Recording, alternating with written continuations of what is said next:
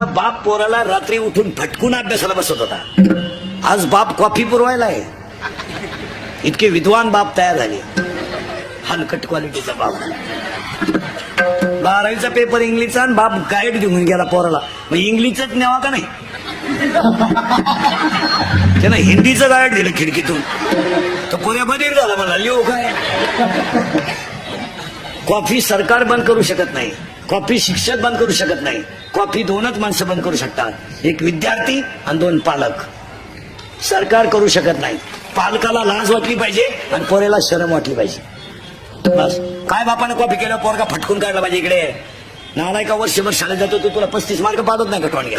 रिकाम्या जागा 3 मार्काला जोड्याला 2 मार्काला एका वाक्यात उत्तर 1 मान. तू करीत काय होता इतके दिवस? थबाड फोडून टाकायचं.